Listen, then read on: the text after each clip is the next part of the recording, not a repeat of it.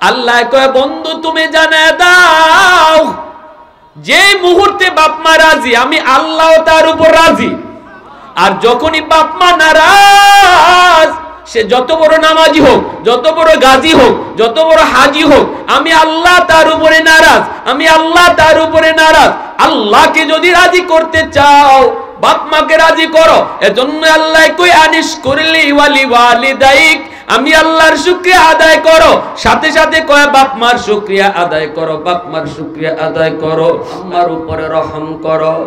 যেইভাবে শিশুকালে আমার উপরে আমার মা আমার বাবা রহম করেছেন, শিশুকালে যেভাবে আমাকে মায়া করেছেন আল্লাহ তুমি এইভাবে মায়া করো। রব্বুল আলামিন দোয়া শিখিয়ে দিয়েছেন আল্লাহ। আর আল্লাহ বলেছেন বান্দারে আমার কাছে যখন বাপ মার জন্য তুমি দোয়া চাইবা শিশুকালের কথাটা ইয়াদ করায় দিও আমি আল্লাহকে। কারণ তোমার হয়তো মনে নাই কত রাত তোমার মা মাতার পাশে দাঁড়ায়া দাঁড়ায়া তোমাকে পাহারা দিছি। তোমার হয়তো ইয়াদ নাই কতদিন বাবা তোমাকে নিয়ে ডাক্তারের কাছে দৌড়াইছে।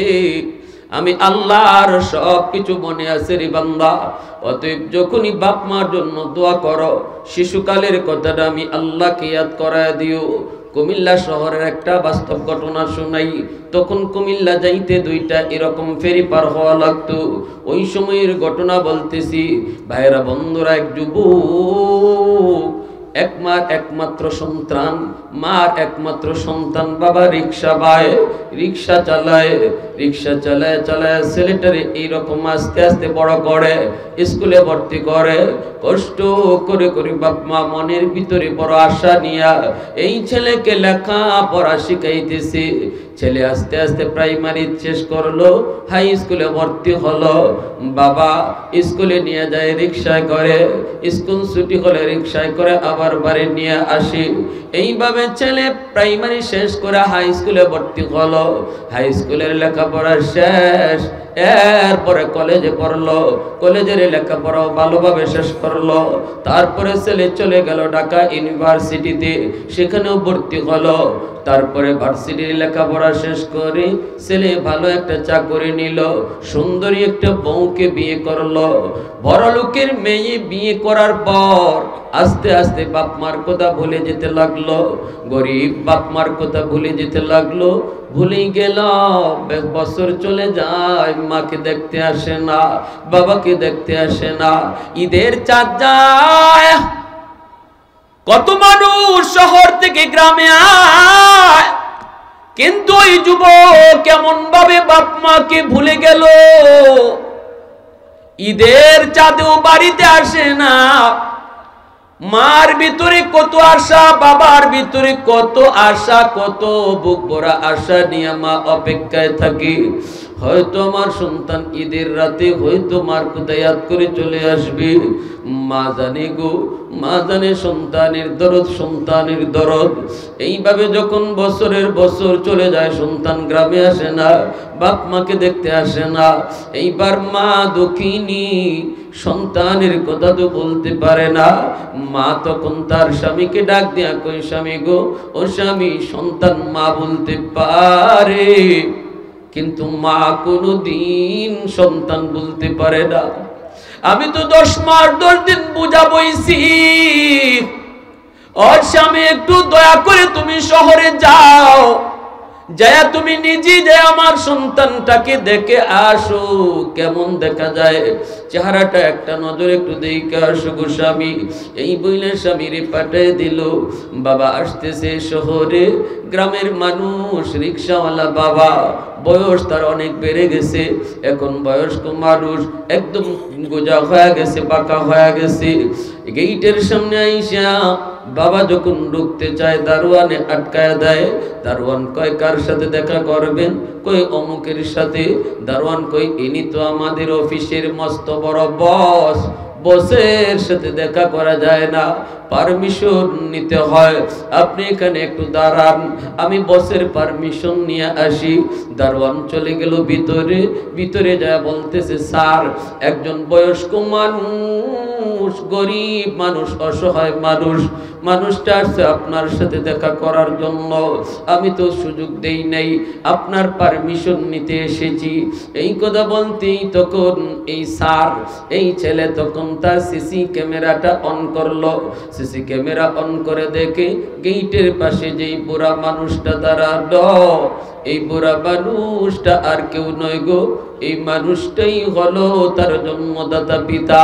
যেই বাবাকে ভুলে আছে, যেই বাবা শিশুকালে তার রিকশায় চড়ায় চড়ায় স্কুলে নিয়ে যাইতো, যেই বাবার নিজের শরীরে কত রোগীর অভাব নাই, নিজে চিকিৎসা নিত না, কিন্তু সন্তানের কিছু হলে দৌড়ায় ডাক্তারের কাছে যাইতো। এই দৃশ্য দেখার পরেও ছেলেটার দিল নরম হলো না, যুবকের দিল নরম হলো না। কারণ মানুষ যখন অন্যায় করে, পাপ করে, তখন আস্তে আস্তে দিল শক্ত হয়ে যায়। দিল যখন শক্ত হয় তখন আর তার ওয়াজ নসিহতে কাম হয় না। দিল যখন শক্ত হয়ে যায়, ওলি আল্লাহদের বাঙ্গা বাঙ্গা কথায় তার দিলে আসর করে না।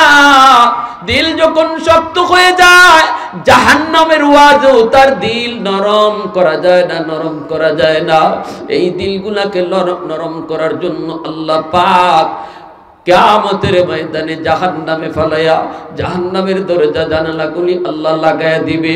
যেইভাবে আমরা চাউলকে নরম করার জন্য পাতিলের ঢাকনা লাগায়া দেই যেন তাড়াতাড়ি নরম হয়, শক্ত দিলের মানুষ,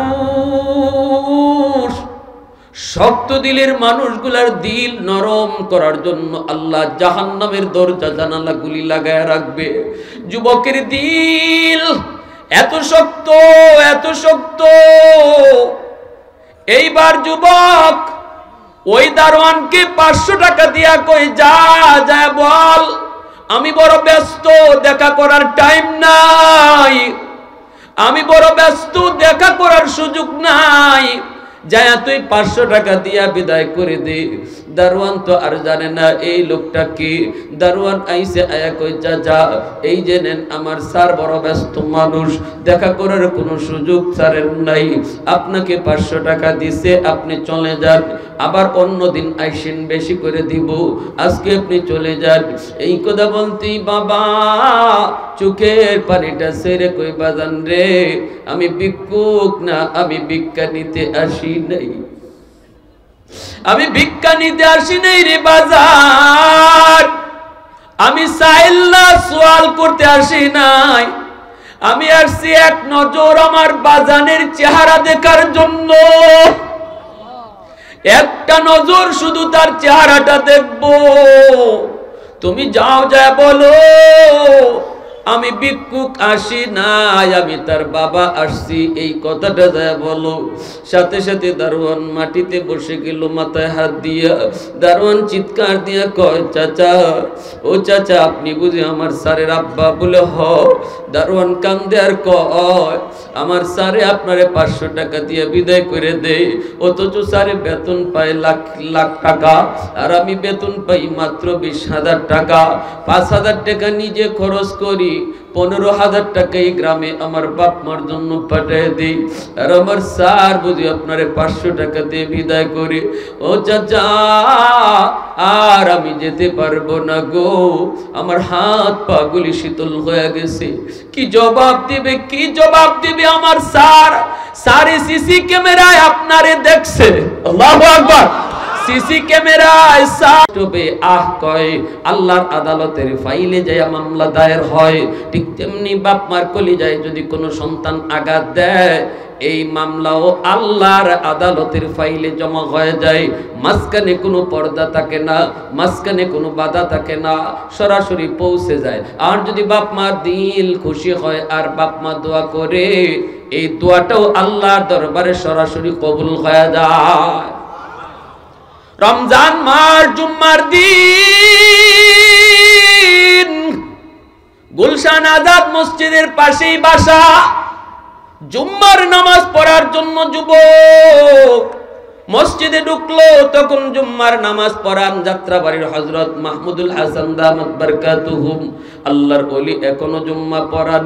ওই জুম্মা তিনি পড়াইতেছিলেন, আর মিম্বরে বৈশা আল্লাহর ওলি ভাঙ্গা ভাঙ্গা কথায় বাপ মার কদরের কথা বলতেছেন। ওই কথাগুলি যুবকের কলিজার ভিতরে তীরের মতো যায় লাগতেছে, যুবকের কলিজায় তীরের মতো লাগতেছে। কারণ বাপ মার দোয়া তো আল্লাহ কবুল করে নিছে, আর আল্লাহর ওলির বয়ানের উসিলায় আল্লাহ পাক তার হেদায়েত দিয়া দিতেছে। এজন্য ওলি আল্লাহদের কাছে গেলে আল্লাহ পাক রব্বুল আলামিন দিল নরম করে দেয়। উলামায়ে কেরামের পাশে যারা থাকে তাদের দিল নরম থাকে, ওলি আল্লাহদের কাছে যারা থাকে তাদের দিল নরম থাকে। আর যারা আলেমদের থেকে দূরে চলে যায়, ওলি আল্লাহদের থেকে দূরে চলে যায়, আল্লাহ এদের দিলকে শক্ত বানায় দেয়। আলাইকুম বিমুজালাসাতিল উলামা ওয়া ইস্তিমাই কালামিল হুকামা ফাইন্নাল্লাহা তাআলা ইউহয়িল কলবাল মাইয়িত বিনূরিল হিকমা কামা ইউহয়িল আরদাল মাইতাতা বিওয়াবিলিল মাতার। আল্লাহর নবী এজন্যই বলেছেন উম্মতের দল শেষ জমানায় আমার উম্মতের উলামায়ে কেরামের সাথে মিলেমিশে থাকবে রে। যদি তুমি থাকতে পারো তাহলে আল্লাহ পাক তোমার মহা দৌলত ঈমান আল্লাহ হেফাজত করবে। নামাজ পড়ে যুবক চোখের পানি জোরে জোরে কান্দে, কি ভুল করেছি, কি ভুল করেছি। নামাজ শেষ কইরা চোখের পানি মুছে আর দৌড় বাজারের দিকে দৌড় দিয়া মায়ের জন্য শাড়ি কিনে, বাবার জন্য লুঙ্গি কিনে, কাপড় কিনে, আর বিভিন্ন রকমের ইফতারির আইটেম নিয়ে যুবক চোখের পানি মুছে মুছে গ্রামের দিকে রওনা দেই। কিন্তু ভাইরে তখন তো দুইটা ফেরি পার হয়ে যাওয়া লাগতো, সময় লেগে গেল অনেক বেশি। কুমিল্লা শহরে পৌঁছতে পৌঁছতেই তার অনেক দেরি। তারাবির নামাজ পড়া শেষ, সবাই তো যারা যারা মতো করে ঘুমিয়ে পড়েছে। কিছুক্ষণ পরে আবার সেহরির টাইম হয়ে যাবে। যুবক শহরে যায় বসলো, গ্রামে যাবে কেমন করে যাওয়ার তো কোনো সুরত নাই। রিক্সা খুঁজতেছে, রিক্সা মানুষেরা কয় কোন রিক্সা তুমি এখন পাবা না, সবাই খায়া দেয়া ঘুমায় পড়ছি সেহরি খাওয়ার জন্য, এখন রিক্সা পাবা না। যুবক কয় আমাকে যেতেই হবে গো, আমাকে আমার বাড়ি যাওয়াই লাগবে। একজন মানুষ কয় যুবক হয়তো তুমি একটা রিক্সা পাইতে পারো, আমি দেখেছি ওই মানুষটা রাতের বেলাও রিক্সা পায়, রাতের বেলাও সেই রিক্সা টানে, তার টাকার বড় প্রয়োজন। গ্রামের বাড়িতে তার একমাত্র স্ত্রী বিছানায় পড়া অসুস্থ, প্রতিদিন তার জন্য ঔষধ নিয়ে যেতে হয় রে। এই লোকটারে হয়তো তুমি পাইতে পারো, কোথায় গেলে পাবো, কোথায় গেলে পাবো? কই সামনে যে একটা দোকান দেখতেছো, এই দোকানের বারান্দায় লোকটা বসে বসে রাত কাটায় দেয়। কোনো গ্যারেজে রিক্সা রাখে না, গ্যারেজ ভাড়া দেওয়া লাগবে জন্য রাখে না। বারান্দার সামনে রিক্সাটা দাঁড় করাইয়া এই শীতের ভিতরে বসে বসে রাত কাটায়। কোনো টিপ পাওয়া যায় কিনা, প্যাসেঞ্জার পাওয়া যায় কিনা? ওই লোকটাই হয়তো শুধু আজ তোমাকে নিয়ে ওই গ্রামে যাইতে পারে, একটু যাও সামনে যে তুমি পাবা। যুবক রওনা দিয়েছে, যুবক রওনা দিয়েছে, কিন্তু যুবক তো জানে না এই রিক্সাওয়ালাই হলো তার বাবা। পাশে যায় দেখি মানুষটা মাফলার দিয়া মুখ পেঁচায় রাখছে, প্রচন্ড শীত। এই শীতের কষ্ট থেকে বাঁচার জন্য মাফলার দিয়া মুখটা পেঁচায় রাখছে, শীতের কষ্ট থেকে বাঁচার জন্য। আর এইভাবে কাঁপতেছে বুড়া মানুষ, বৃদ্ধ মানুষ, শরীরটা কাঁপতেছে গো। ওই অবস্থায় যাইয়াই ছেলে ডাক দিয়ে কই চাচা অমুক গ্রামে যাবেননি। যেই মাত্র কয় অমুক গ্রামে যাবেননি, সাথে সাথে বাবা তো বাবা সন্তানের কণ্ঠ চিনে ফেলেছে। পৃথিবীতে এমন কোনো বাবা নাই, এমন কোনো মা নাই যে মা হাজারো সন্তানের ভিতরে মার সন্তানের কণ্ঠ, নিজের সন্তানের কণ্ঠ চিনে না। এমন কোন বাবা নাই হাজারো সন্তানের ভিতরে নিজের সন্তানের কণ্ঠকে চিনে না। এমন কোন বাবা নাই, মা নাই, সন্তানের কণ্ঠ বাবা চিনে ফেলেছে, বুঝে গেছে নিজের সন্তানই তার সামনে হাজির হয়ে অমুক গ্রামে যেতে চায়। সাথে সাথে বাবা মাফলারটা দিয়ে আরো ভালো করে মুখটারে ডাকছে, ডাইকে বলতেছে হো বাবা আমি যাব, আমি যাব, আমি যাব। তখনই ছেলে কই কত টাকা ভাড়া দিতে হবে? বাবা মাথাটা নিচের দিকে দিয়া কয়, জীবনে কত মানুষের কাছ থেকে ভাড়া নিলাম বাবা, আজ আমি তোমার কাছ থেকে ভাড়া নিব না। পৃথিবীতে মায়ের মতো আপন কেউ হবে না, পৃথিবীতে বাবার মতো আপন কেউ হবে না। তোমরা কোনোদিনও মায়েরই মনেতে কষ্ট দিও না, তোমরা কোনোদিনও বাবারই মনেতে কষ্ট দিও না। এই কবরস্থানে কত সন্তানের বাবা মা শুয়ে আছে। পৃথিবীতে মায়ের মতো আপন কেউ হবে না, পৃথিবীতে বাবার মতো আপন কেউ হবে না। তোমরা কোনোদিনও বাবারই মনেতে কষ্ট দিও না। কত পাপী এমন আছে মাকে কষ্ট দেয়, মায়ের মনে কষ্ট দিয়ে অভিশাপ নেয়। মায়ের মনে কষ্ট দিলে খোদা যে সহে না, বাবার মনে কষ্ট দিলে খোদা যে সহে না। তোমরা কোনোদিনও বাবারই মনেতে কষ্ট দিও না, তোমরা কোনোদিনও মায়েরই মনেতে কষ্ট দিও না। ছেলে কই আমি আপনাকে ডাবল ভাড়া দিব। বাবা মনে মনে কই বাজান রে কেমনে তোমার কাছ থেকে ভাড়া নিমু। মনে মনে কই জীবনে কতবার তোমাকে রিকশায় উঠায়া বাবা স্কুলে নিলাম আনলাম, কোনদিন বাবা ভাড়া চাই নাই, আজও ভাড়া নিমু না। বাবা তুমি রিকশায় উঠো, ভাড়া লাগবে না। এই বইলা সন্তানকে রিকশায় উঠাইয়া বাবা রিকশা টানা শুরু করলো। গ্রামের দিকে নিয়ে যায়, গ্রামের দিকে নিয়ে যায়। হঠাৎ করে বাবাই কই বাজান রে এই গ্রামে তুমি কেন যাবা? কইটা আমার গ্রাম। কেন কেন তোমারে তো এই গ্রামে কোনোদিন দেখি নাই। কই আমি আমার বাবার সাথে বিয়া তুমি করছি, আমি আমার মার মনে বড় কষ্ট দিছি, আমি মাপ চাইতে যাইতেছি। চাচা একটু দ্রুত টানেন, তাড়াতাড়ি টানেন। জানি না আমার বাবা জীবিত আসেনি না নাই, জানি না আমার মা জীবিত আসেনি না নাই, আমার একটু তাড়াতাড়ি পৌঁছায় দেন। এই কথা বলতেই বাবা আস্তে করে রিকশাটা থামাইয়া চোখের পানিটা মুইসা আল্লাহর শুকরিয়া আদায় করে। রিকশা থেকে নাই মা বাবা আস্তে করে মাফলারটা সরায় আর কই বাজান দেখো তো চিনোনি। রিকশা থেকে লাফ দিয়া বাবার পা জোড়ায় দুইরা কান্না করে যুবক কান্না করে বাবার সাথে সাথে কপালে চুমো খায়, বুকে জড়ায় নেই। পৃথিবীতে একমাত্র বাপ মারে যুবক, যেই বাপ মার ভালোবাসা হলো নিঃস্বার্থ ভালোবাসা, যেই বাপ মা সন্তানকে ভালোবাসে কোনো স্বার্থের জন্য নয়। ভুল কইরা সন্তান মাপ চাইতে দেরি হয়, বাপ মা মাফ করতে দেরি হয় না, মাফ করতে দেরি হয় না। যুবক কান্দে আর কই হুজুর আমি আপনার ওয়াজ শুই না পরিবর্তন হইছে কেমনে? কয় আমি প্রতিদিন অফিস থেকে যাইয়া মারে মারতাম, একদিন অফিস থেকে যাওয়ার পথে আপনার বয়ান শুই না, রাত বেজে গেল, বাসায় পুষতে পুষতে একটা মা মনে করেছে ওই দিন আর আমি মাকে পারবো না, মনে করে ঘুমায় গেছি। কিন্তু 1টা বাজে দরজার সামনে যায় যেই মাত্র মা কয়ে ডাক দিয়েছি, মার কলিজায় কামড় মারছি। মা কই বাজান রে তুই মাইরের কথা বুঝি ভুলো নাই, আজকে মারে তুই মারিস না রে বাজার, গতকালকের মাইরে এখনো মার পিঠে ব্যথা করে। আমি আজকে তোর বউয়ের সাথে ঝগড়া করি নাই, আজ আর মারে মারিস না।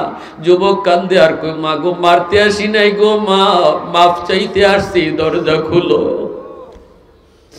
ওই বাপ মার কাছে মাপ চাইতে দেরি, মা টান দিয়া বুকে উঠাইয়া নিতে দেরি হয় না। দরজার পাশে গিয়া মা কয়ে ডাক দিছে বাবাকে লইয়া, সাথে সাথে অসুস্থ মা বিছানা থেকে সুস্থ হইয়া দাঁড়ায় গেছে। এ যুবক বাবা অসুস্থ, ডাক্তার পরে আনো। মা অসুস্থ, ডাক্তার পরে আনো। আগে বাবার মাথার পাশে বইসা কপালে হাত দাও, মার মাথার পাশে বইসা কপালে তুমি হাত দাও, আর বলো আম্মা শরীরটা কেমন লাগে, আব্বা এখন শরীরটা কেমন লাগে। তুমি সন্তান বাবার পাশে বইসা যদি কপালে হাত দিয়া বলো কেমন লাগে, মনে রাখবা আমি বলতেছি অর্ধেক বাপ মা সুস্থ হয়ে যাবে, অর্ধেক সুস্থ হয়ে যাবে। আজকে আমাদের একটাই সমস্যা, বড় হওয়ার পরে মুখ বইরা আব্বা কুয়ে ডাকতে লজ্জা লাগে। ছোটবেলা যেইভাবে আব্বু আব্বু কুয়ে ডাকছি, ছোটবেলা যেইভাবে আম্মু আম্মু কুয়ে ডাকছি, ঘর থেকে বের হতে আম্মু একটু ঘরের বাইরে যাই, যেইভাবে আমরা ডাকছি বড় হয়ে এইভাবে ডাকি না। অথচ যুবক তুমি নিজে বলো, তোমার সন্তানটা তোমারে যতবার আব্বু কয় তোমার কলিজা খুশি হয়ে যায়। বৃদ্ধ বাপ মা আশা করে, মন ভরা আশা রাখে, মনটা জুড়ায় যায় যখনই তুমি আব্বু আম্মু কইয়া ডাকটা দাও, তখনই বাপ মার দিল খুশি হয়ে যায়। আর আল্লাহর নবী কয় রিদার রাব্বি ফি রিদাল ওয়ালিদাইন ওয়া সাখাতুর রাব্বি ফি সাখাতিল ওয়ালিদাইন। যখনই বাপ মার দিল তোমার উপরে খুশি হয়, সাথে সাথে আরশের মালিক তোমার উপর খুশি হয়ে যায়। আল্লাহ কয় বন্ধু তুমি জানায় দাও, যে মুহূর্তে বাপ মা রাজি আমি আল্লাহ তার উপর রাজি। আর যখনই বাপ মা নারাজ, সে যত বড় নামাজি হোক, যত বড় গাজী হোক, যত বড় হাজি হোক, আমি আল্লাহ তার উপরে নারাজ, আমি আল্লাহ তার উপরে নারাজ। আল্লাহকে যদি রাজি করতে চাও বাপ মাকে রাজি করো। এজন্য আল্লাহ কই আনিশ করলি ওয়ালি ওয়ালিদাইক, আমি আল্লাহর শুকরিয়া আদায় করো, সাথে সাথে কয় বাপ মার শুকরিয়া আদায় করো, বাপ মার শুকরিয়া আদায় করো। ভাইরা বন্ধুরা, এজন্যই মায়ের নবী রহমতের নবী কই যুবক, এক নম্বর হলো দোয়া, দুই নম্বর হলো আল ইস্তিগফারু লাহুমা। আল্লাহর নবী যুবককে সামনে রেখে পাঁচটা আমল বলতেছেন, যেই পাঁচটা কাজ করলে পরে আমাদের কবরবাসী মুর্দেগান তারা আমাদের এই কামাইটা তারা পেয়ে যাবে, আমাদের খেদমত তারা পাবে। এক নম্বরে হাদিস থেকে বলতেছি, মন গড়া কোনো আমল না। আমরা তো আমাদের মুর্দেগানের জন্য মন গড়া আমল করাটারে পছন্দ করি, কিন্তু আজকে হাদিস থেকে আমি শুনাইতেছি পাঁচটা আমল সিরিয়াল মাফিক আমরা মনে রাখবো। আমি জিজ্ঞেস করব বয়ানের পর, বলেন পাঁচটা কি কি? এক নম্বরে দোয়া, কোন দোয়া? যেই দোয়া আল্লাহ শিখাইছেন, ঠিক কিনা?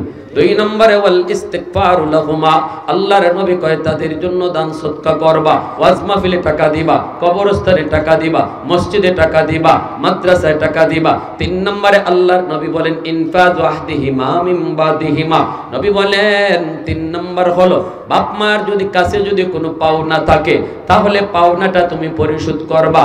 বাপ মা যদি কারো হক নষ্ট করে থাকে তুমি সন্তান দ্রুত হকটা ফিরাইয়া দিবা, তাহলেই তোমার খেদমত বাপ মার কবরে পৌঁছে যাবে। বাবা যদি প্রতিবেশীর হক নষ্ট করে, প্রতিবেশীর জমি দখল করে রাখে, তুমি তাড়াতাড়ি জমিটা ফেরত দাও, নতুবা বাবার কবরের আগুন নিভবে না। 40টা গরু জবাই কইরা জিয়াফত করলেও কবরের আগুন কোনোদিন নিভবে না, কারণ বাবা মানুষের হক নষ্ট করেছে।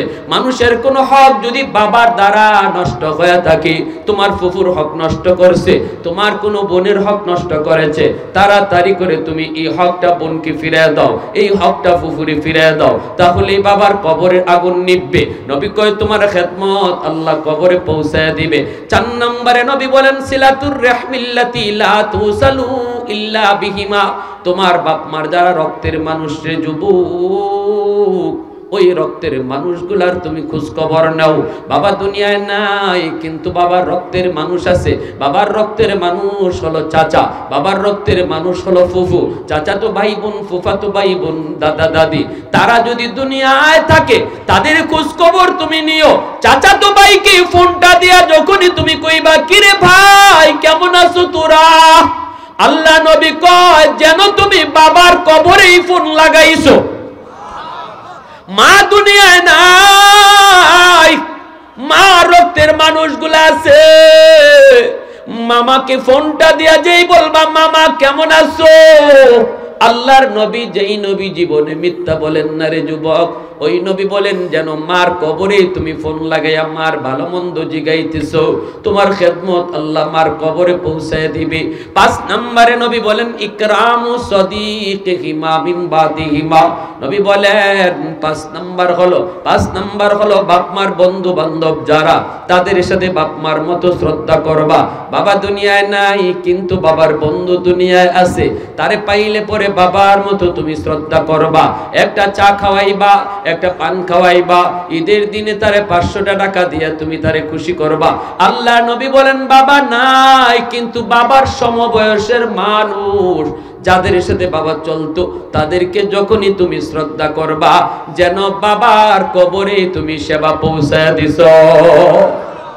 মা দুনিয়ায় নাই কিন্তু মার সমবয়সের নারী আছে, এলাকার মহিলা আছে যারা মার সাথে চলতো, তাদের সাথে বেয়াদবি করবা না, তাদেরকে পাইলে মার মতো শ্রদ্ধা করো, তাহলে তোমার সেবা আল্লাহ মার কবরে পৌঁছায় দিবে। তুমি করেছো মার বয়সের মহিলার সেবা কিন্তু আল্লাহ মার কবরে পৌঁছাবে। তুমি করেছো বাবার বয়সের সমবয়সের মানুষকে শ্রদ্ধা, আল্লাহ এই শ্রদ্ধা তোমার বাবার কবরে পৌঁছায় দিবে। এই হলো মায়ার নবী দয়ার নবী 5টা আমলের কথা বলছেন। কোথায় গেলে এগুলা শেখা হয়? কয় এমন সন্তান যেই সন্তান মাদ্রাসায় পড়ে, যেই সন্তানকে মাদ্রাসায় পড়ায়। আব্দুল কাদের জিলানী রহমতুল্লাহি আলাইহির বাবার মতো একজন বাবা, আব্দুল কাদের জিলানীর মার মতো একজন মা যখনই হয় তখনই তাদের সন্তান থেকে আব্দুল কাদের জিলানী বের হয়, ঠিক কিনা জোরে কও? জিলানীর বাবা নদীর পারে বসে রয়েছেন, দেখেন একটা ফল আইতেছে, পেটের ক্ষুধা, ফলটা খেয়ে ফেলছেন।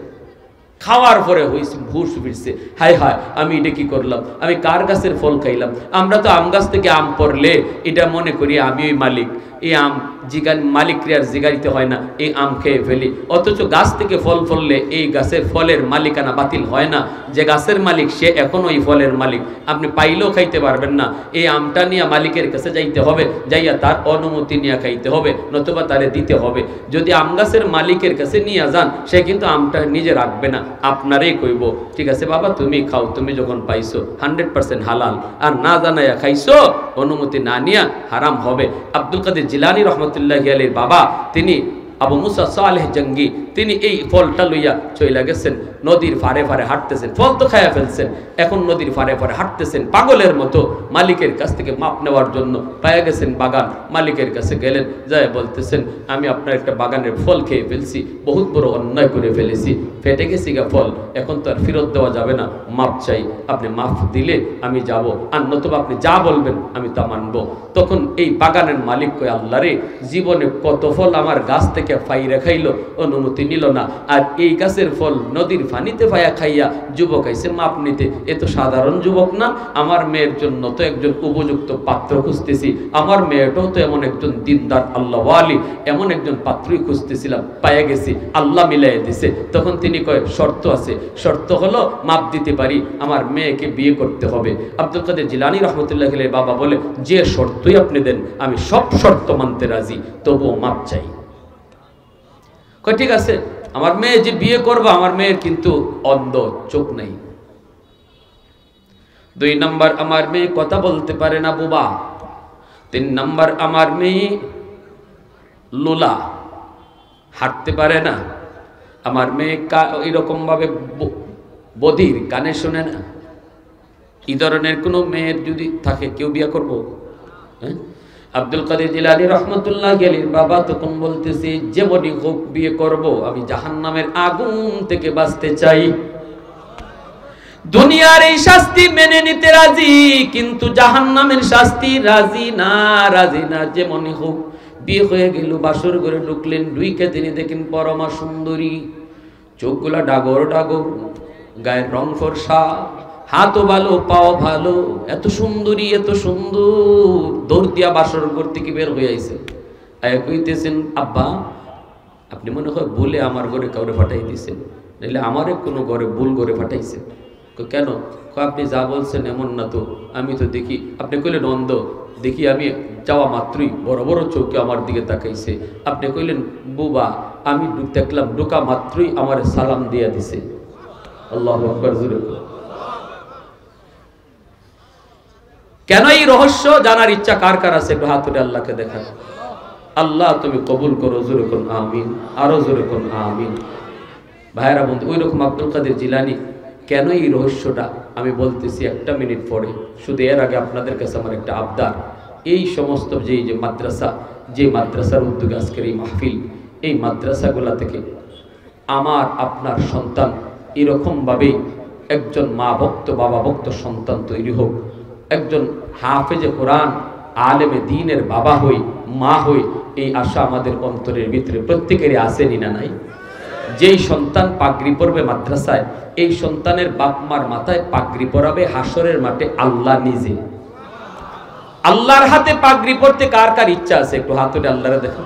আল্লাহর হাতে পাগড়ি পরতে চাই আমরা।